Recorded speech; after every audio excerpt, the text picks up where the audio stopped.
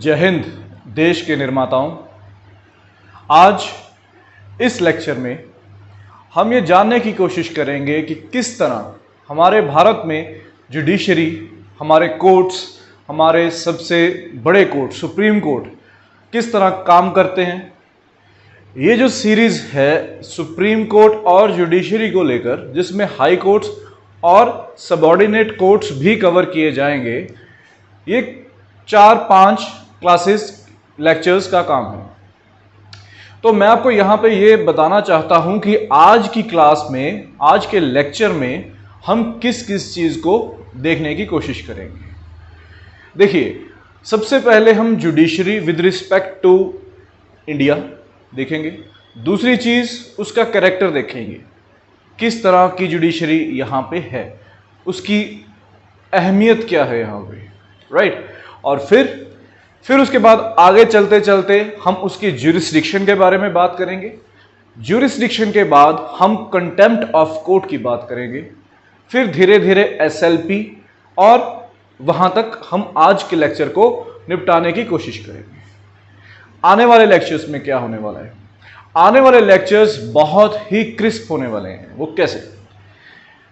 हमारे जुडिशरी में जो प्रेसिडेंशियल रेफरेंस है उसके बारे में हम जानेंगे।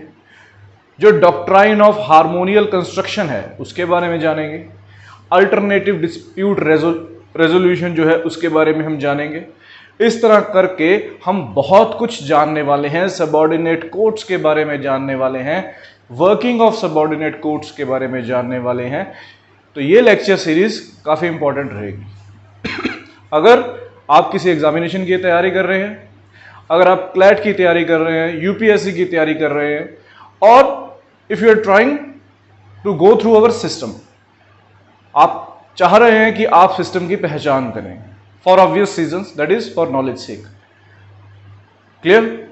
तो let us start with this topic, that is judiciary.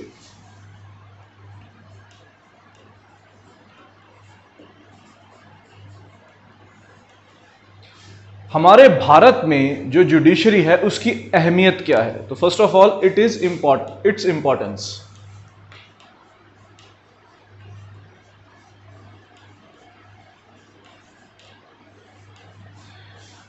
तो लेट मी से judiciary is one of the pillars of democratic government, democratic nation. कैसे? देखिए, हमारे यहाँ पे या किसी भी देश में जहां पे डेमोक्रेटिक फॉर्म ऑफ गवर्नमेंट होगी, वहां पे सर क्या होगा? वहां पे 3 काम हो रहे हैं। एक तो नियम बनाए जा रहे हैं, राइट। दूसरा, नियम की पालना हो रही है। और तीसरा, उसके साथ एसोसिएटेड जस्टिस। तो these are the 3 pillars of any democratic nation, democratic form of government. I hope it is clear. तो हमारे यहां पे जो नियम बनाने का काम है वो आप सभी को पता है कि पार्लियामेंट के द्वारा किया जाता है।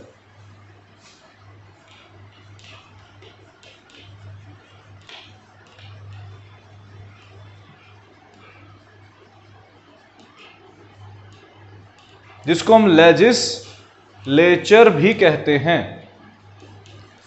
दूसरी चीज, नियम या अधिनियम या ऑर्डिनेंस, किसी चीज की भी जो भी नियम की कैटेगरी में आते हैं। पहले मैं आपको यहां पे एक चीज बता देना चाहता हूं कि रूल्स कौन से होते हैं, किस तरह के रूल्स होते हैं, कैसी लेजिस्लेचर होती है। देखिए, ऐसा होता है, कोई भी सरकार का हिस्सा है, कोई भी है जो सरकार का हिस्सा है, चाहे तो वो पार्लियामेंट है, चाहे वो स्टेट लेजिस्लेचर है, यहां तक कि पंचायत की ग्राम सभा है, म्यूनिसिपल कॉरपोरेशन की जो कमेटी होती है उनकी सभा है।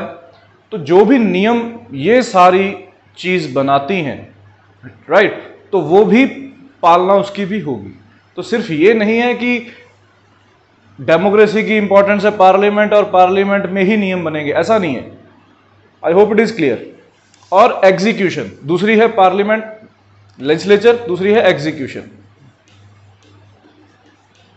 इसको एग्जीक्यूटिव भी कहते हैं, एग्जीक्यूटिव भी कहते हैं। इसका मतलब क्या है? सर, इसका मतलब यह है कि जो भी नियम बनेंगे उसको लागू करना। तो प्रेसिडेंट साहब उसको लागू करेंगे, प्राइम मिनिस्टर साहब उसको लागू करेंगे, आईएएस ऑफिसर उसको लागू करेंगे।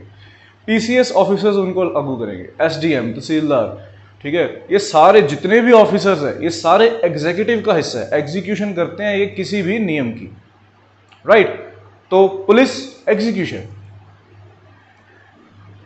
आप ये ध्यान में रखें, कोई भी ऑफिशिएटिंग या कमीशन्ड ऑफिसर है वो कौन है, वो एग्जीक्यूटिव का पार्ट है, चाहे वो सेक्रेटरी हैं चाहे वो पटवारी हैं, राइट। और तीसरी चीज जो कि हम यहां पे डिस्कस करने जा रहे हैं, तीसरा पिलर है जुडिशरी। अब यहां पे जो जुडिशरी का पिलर है दैट इज, वो इतना स्ट्रांग होना चाहिए, वो इतना मजबूत होना चाहिए कि यहां पे अगर कुछ भी गड़बड़ हो तो ये जो जुडिशरी है इसके पास इतना सामर्थ्य हो कि उसको नलीफाई कर दे, उसको खत्म कर दे, ताकि डेमोक्रेसी कभी भी डगमगाए नहीं। तो जुडिशरी जो है, पहली बात बहुत स्ट्रांग होनी चाहिए ताकि जो डेमोक्रेसी है उसका सेफ गार्ड कर सके, राइट। तो जुडिशरी इस तरह इंपॉर्टेंट है। देखिए मैं आपको यहां पे एक छोटा सा एग्जांपल देता हूं। फॉर एग्जांपल, हमें ये एक फ्रीडम है, ये हमारी फंडामेंटल राइट है कि हम अपने विचार रख सकते हैं, राइट। लेट अस से कि हमने जो एनजीओ बनाई थी जिसका नाम था परिवर्तन, राइट। हमने क्या किया, हमने किसी तरीके से उसको अखबार में उसकी विचारधारा रखी, एडवर्टाइज किया, उसकी पब्लिकेशन की हमने, उसके जो एजेंडा था, उसका जो एम्बिशन है, एम है, विजन है, उसको लोगों तक पहुंचाने की कोशिश की। और विजन क्या है उसका, लेट अस से कि उनका आम लोगों, बुजुर्गों की मदद करना उनका मोटिव है, राइट। तो यहां पे हमें किसी तरह लेजिस्लेचर ने ये रोक दिया या एग्जीक्यूटिव ने बोला कि सर परिवर्तन आप चलाओ, पर आप ये वाली चीज अखबार में नहीं दे सकते ये गलत है। तो हम क्या करेंगे, हमारी तो डेमोक्रेसी, हमारी तो लिबर्टी के ऊपर क्वेश्चन मार्क लग गया, देश में डेमोक्रेटिक फॉर्म ऑफ गवर्नमेंट के ऊपर क्वेश्चन मार्क लग गया। तो वहां पे सर ये चीज फैक्टर काम आता है। तो हमें जब भी न्याय चाहिए, कोई हमारे ऊपर अन्याय करे, हमारा शोषण करे, हमारे अधिकारों को हमसे छीनने की कोशिश करे, तो हम कहां जाए, इनके पास। ये हमको एंटरटेन नहीं करेंगे, चाहे हमने ही इनको वहां पे बिठाया है, ताकत नहीं है इनके साथ। नो सर, ये हमारा काम कर सकते हैं, पर ऐसा नहीं है कि हमें ये किसी चीज से बचाव करा देंगे। तो हमारा यही एक पिलर है जो हमें सपोर्ट करेगा। I hope it is clear, right. So ये है जुडिशरी। दूसरी चीज, ये इसकी स्ट्रेंथ इसीलिए इंपॉर्टेंट है। दूसरी चीज, ये होना चाहिए इंडिपेंडेंट। इंडिपेंडेंट किससे इंडिपेंडेंट, सरकार के इन्फ्लुएंस से इंडिपेंडेंट। किसी भी तरीके से सरकार का अगर इसमें दखल हो तो आप ये अंदाजा लगा सकते हैं कि ये जो दखल होगा ये सेहतमंद नहीं होगा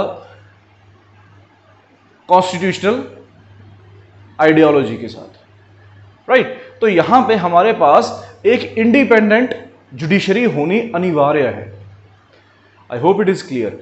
इसको आप ऐसे समझे कि अगर देखिए फॉर एग्जांपल अगर गवर्नमेंट है, राइट, तो गवर्नमेंट क्या करती है, जब जब नई गवर्नमेंट आती है, बदलती है, तो उसके एग्जीक्यूटिव में क्या होता है, एग्जीक्यूशन में क्या होता है, जितने भी ऑफिसर्स हैं वो जनरली ट्रांसफर या उनके जो डिपार्टमेंटल ट्रांसफर है वो हो जाती है। किसी को रेवेन्यू मिल जाता है तो रेवेन्यू वाले को ट्रांसपोर्ट मिल जाती है, एक्सेट्रा एक्सेट्रा।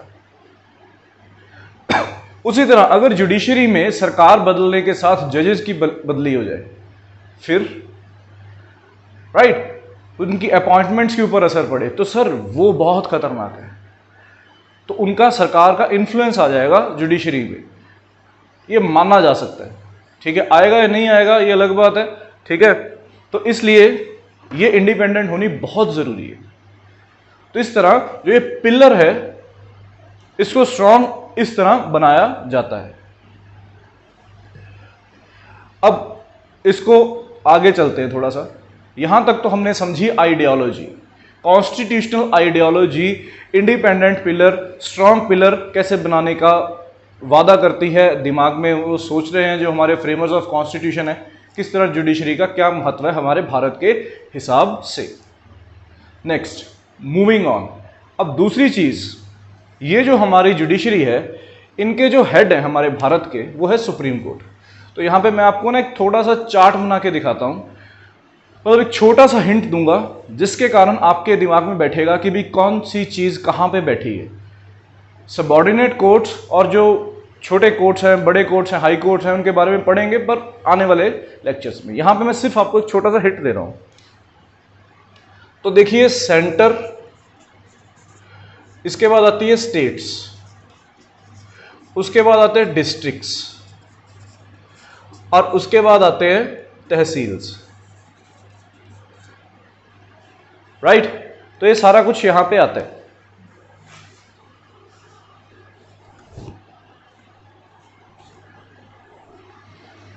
तो यहां पे जो सेंटर है, सेंटर से शुरू करते हैं।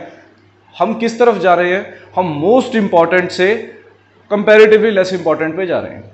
तो सेंटर जो कि हमारा सारा भारत है, ठीक है, यहां पे लिखेंगे होल इंडिया। यहां पे सबसे ऊपर है सुप्रीम। सुप्रीम का मतलब जो सबसे बड़ा हो, सबसे ऊपर हो, सबसे इंपॉर्टेंट हो, सुप्रीम कोर्ट।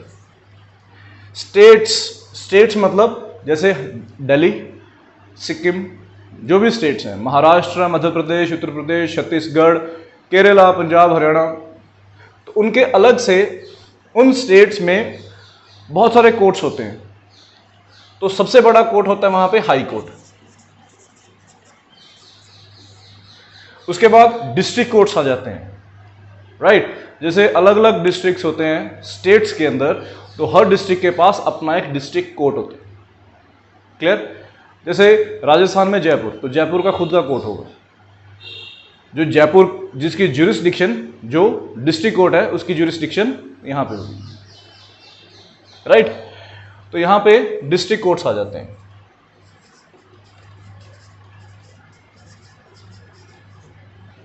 और यहां पे बाकी के सबऑर्डिनेट कोर्ट्स आ जाते हैं।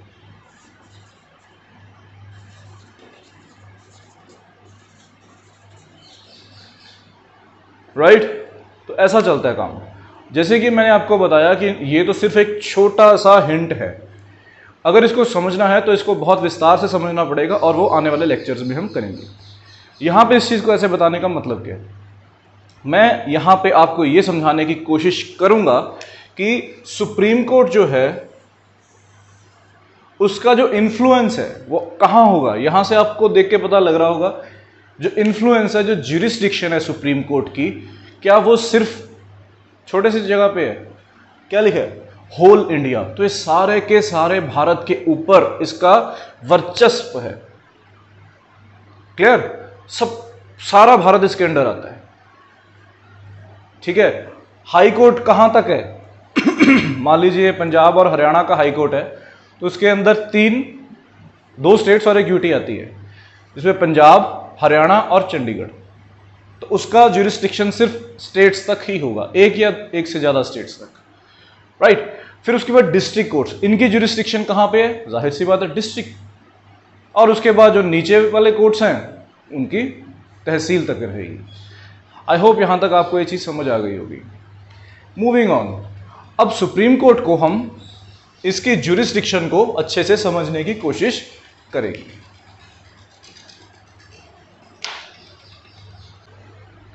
जी सर, तो देखते हैं। तो सबसे पहले अभी मैंने आपको बताया कि इसकी जो ज्यूरिसडिक्शन है,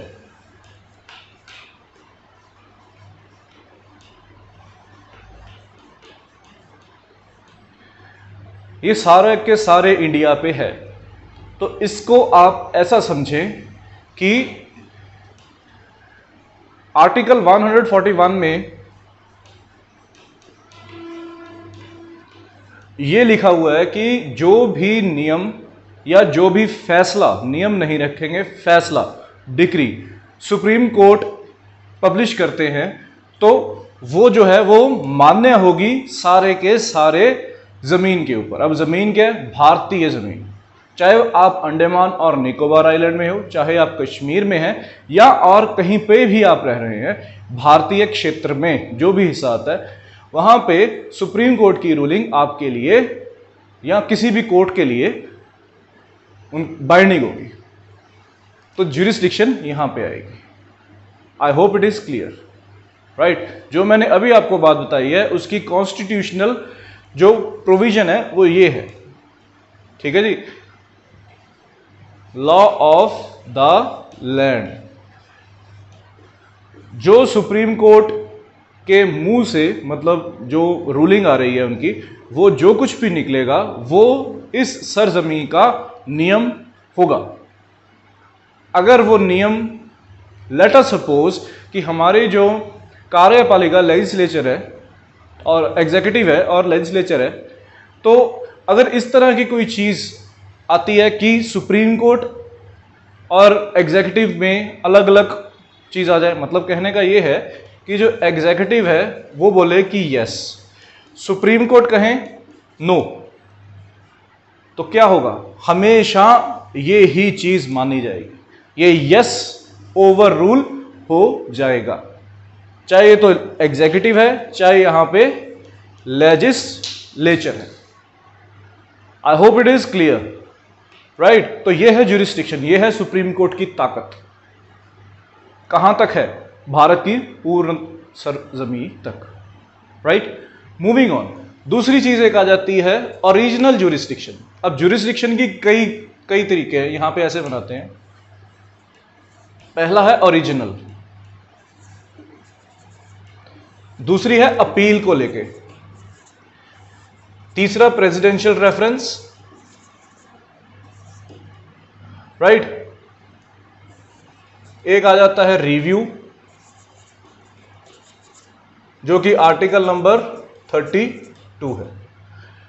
तो सबसे पहले आज हम कोशिश करेंगे इन दोनों को करने की। तो ओरिजिनल ज्यूरिसडिक्शन क्या है सर? ओरिजिनल का मतलब होता है ऑथेंटिक। ऑथेंटिक का मतलब यह होता है जो किसी के पास डुप्लीकेट ना हो।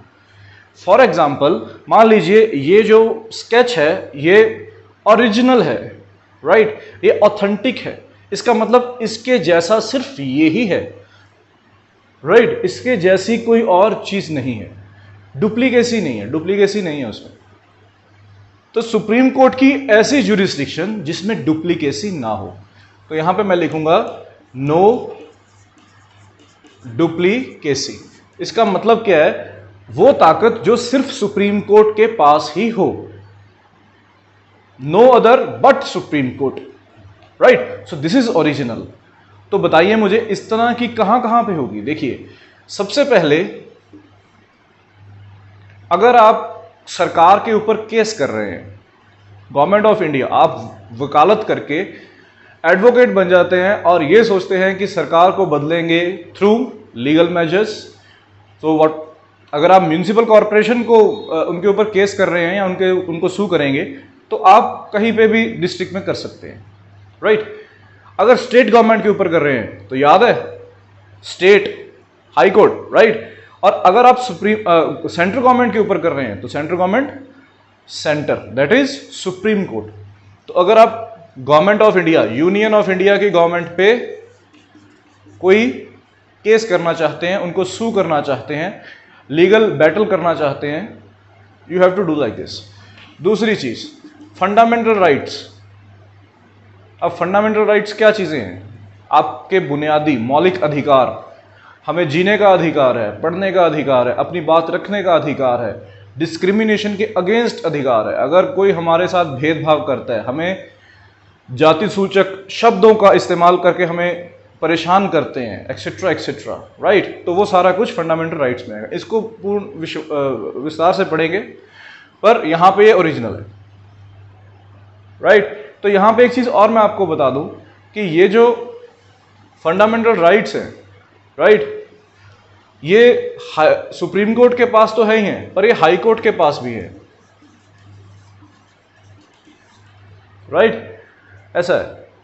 तो हाई कोर्ट और सुप्रीम कोर्ट की इस चीज को लेके हम समझेंगे। 226 आर्टिकल है ये, ठीक है। ये अभी मैं यहां पे नहीं लिख रहा, जब सबऑर्डिनेट कोर्ट्स के बारे में जानेंगे तो वहां पे हम इसको विस्तार से करेंगे।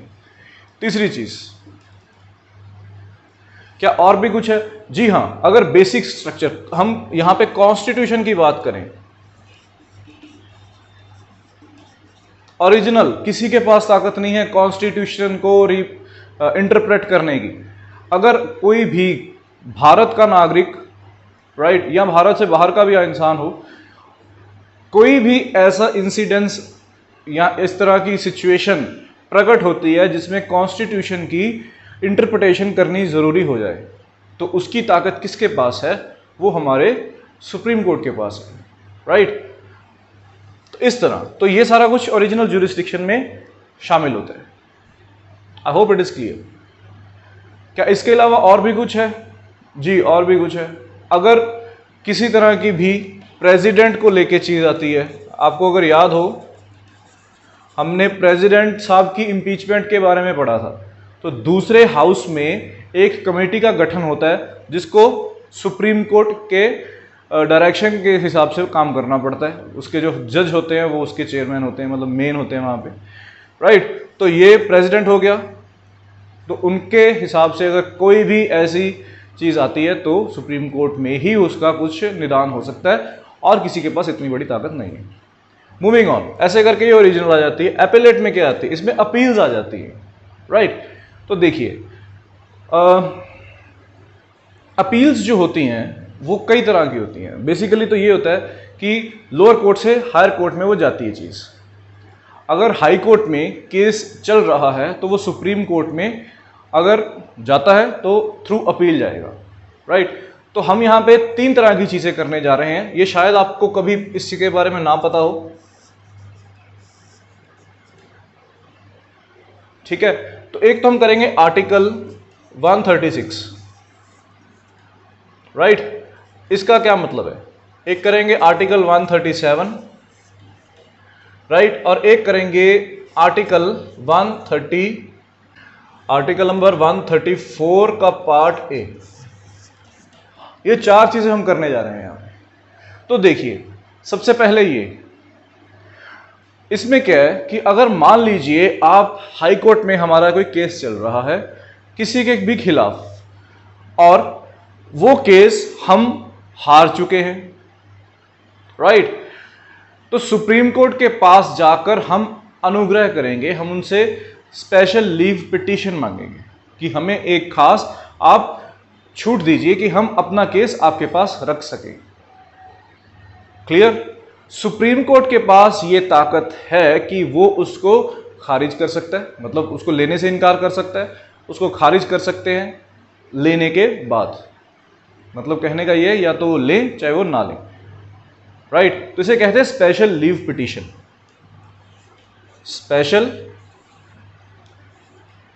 Leave petition. इसके लिए सुप्रीम कोर्ट में एक खास सेल होता है, वहां पे जो जजेस होते हैं सुप्रीम कोर्ट के, उनकी देखरेख में इस लीव को लिया या नकारा जाता है, राइट। तो यहां पे स्पेशल एक सेल होता है जो वो केस को देखता है, क्या वो इस काबिल है कि सुप्रीम कोर्ट का टाइम उसके लिए निकाला जाए, क्या ऐसा कुछ है जिसमें कुछ special question of law, special interpretation of constitution, या इस तरह के कोई बड़े सवाल का जवाब निकले, समाज के लिए बहुत महत्वपूर्ण हो, देश के लिए बहुत महत्वपूर्ण हो, राइट। तो स्पेशल क्वेश्चन लॉ का सामने आ रहा हो तो ये प्रक्रिया फॉलो की जाए। दूसरी चीज, अगर आपका केस हाई कोर्ट में चल रहा है तो आप ये भी कह सकते हैं, हाई कोर्ट से भी अनुग्रह कर सकते हैं कि आप हमारी सिफारिश कीजिए सुप्रीम कोर्ट को केस लेने के लिए। तो यहां पे ये वाली चीज जो है, ये हाई कोर्ट जो है वो रेफर करता है, राइट। दो तरीके से सुप्रीम कोर्ट में केस जा सकता है, थ्रू हाई कोर्ट, या तो सुप्रीम कोर्ट ले ले केस या हाई कोर्ट रेफर कर दो। आई hope it is clear. Moving on, यहां पे ये जो चीज है, अब मुझे ये बताइए, आप या कोई भी छोटे लेवल से शुरू हुआ तो सबसे पहले हमने डिस्ट्रिक्ट कोर्ट में केस फाइल किया या तहसील में किया, कोर्ट कॉम्प्लेक्स में, लोकल कोर्ट कॉम्प्लेक्स में केस फाइल किया, वहां से डिक्री आ गई, उसको चैलेंज कर दिया डिस्ट्रिक्ट कोर्ट। डिस्ट्रिक्ट कोर्ट में जो डिक्री आई वो उसके उल्टी आई, तो हाई कोर्ट में वो केस जाएगा ही। हाई कोर्ट में वो केस गया, वहां से डिक्री फिर से लोअर कोर्ट के डिक्री वाली हो गई। अब हमने क्या किया, अब सुप्रीम कोर्ट में केस एसएलपी के थ्रू वो दायर किया गया, सुप्रीम कोर्ट ने वो चीज ले ली, उसका फैसला आया, उसका जो भी फैसला आया उससे हम नाखुश हो गए। तो क्या हमारे पास क्या कुछ और है या कहानी खत्म? सर एक चीज है, उसे हम कहते हैं क्यूरेटिव पिटीशन, राइट। तो यहां पे इसे कहते हैं क्यूरेटिव पिटीशन, ये आर्टिकल नंबर 137 में दिया हुआ। तो सुप्रीम कोर्ट में ही उसकी दोबारा एक अपील दायर होगी कि सर हम इससे नाखुश हैं, हमें ये ठीक नहीं लग रहा, या जो भी कारण है, जैसे भी है, राइट, तो आप हमारा केस दोबारा कृपया करके खोलें और उसको दोबारा सुने।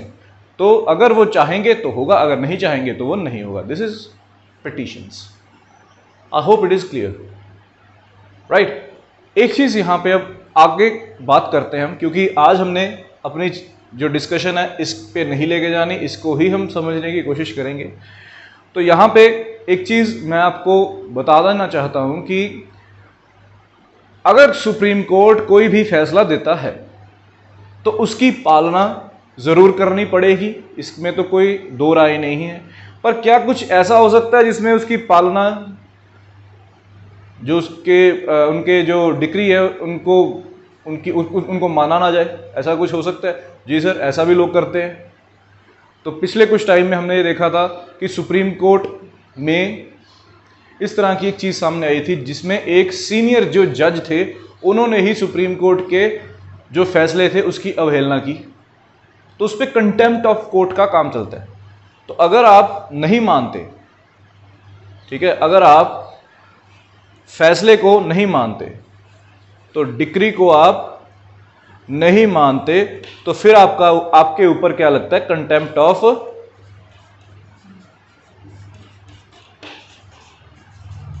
Of court. तो ये दो तरह के होते हैं सर, एक तो होता है सिविल और एक होता है क्रिमिनल। सिविल में यह कि आपने नहीं माना, सुप्रीम कोर्ट ने बोला कि आप फाइन भर दो, 1000 रुपए का फाइन, आपने नहीं भरा, राइट। दूसरा क्रिमिनल, आपने एक तो फाइन नहीं भरा, दूसरा आप कोर्ट के फैसले को अखबार में दे रहे हो कि सुप्रीम कोर्ट ने ये गलत किया, वहां पे जज इतने समझदार नहीं है, मतलब किसी तरीके से भी उस फैसले की या सुप्रीम कोर्ट की कंपिटेंसी के ऊपर क्वेश्चन मार्क लगा रहे हो आप, उसे कहेंगे क्रिमिनल ऑफेंस। क्रिमिनल ऑफेंस किसका? कंटेम्प्ट का।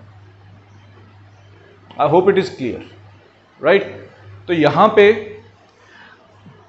यहां पे ये जो कंटेम्प्ट ऑफ कोर्ट है, ये कहां पे दी है? क्या ये कॉन्स्टिट्यूशन का पार्ट है? जी नहीं सर, ये कॉन्स्टिट्यूशन का पार्ट नहीं है, ये अलग से एक केसेस हुए थे, कंटेम्प्ट ऑफ केस का एक्ट है, ठीक है, उसके ऊपर से ये सारा कुछ बेस्ड है। आई होप इट इज क्लियर। तो यहां पे आज वाला लेक्चर हम रैप अप करने जा रहे हैं। कल हम कंटिन्यू करेंगे अपॉइंटमेंट से, जिसमें एनजैक 90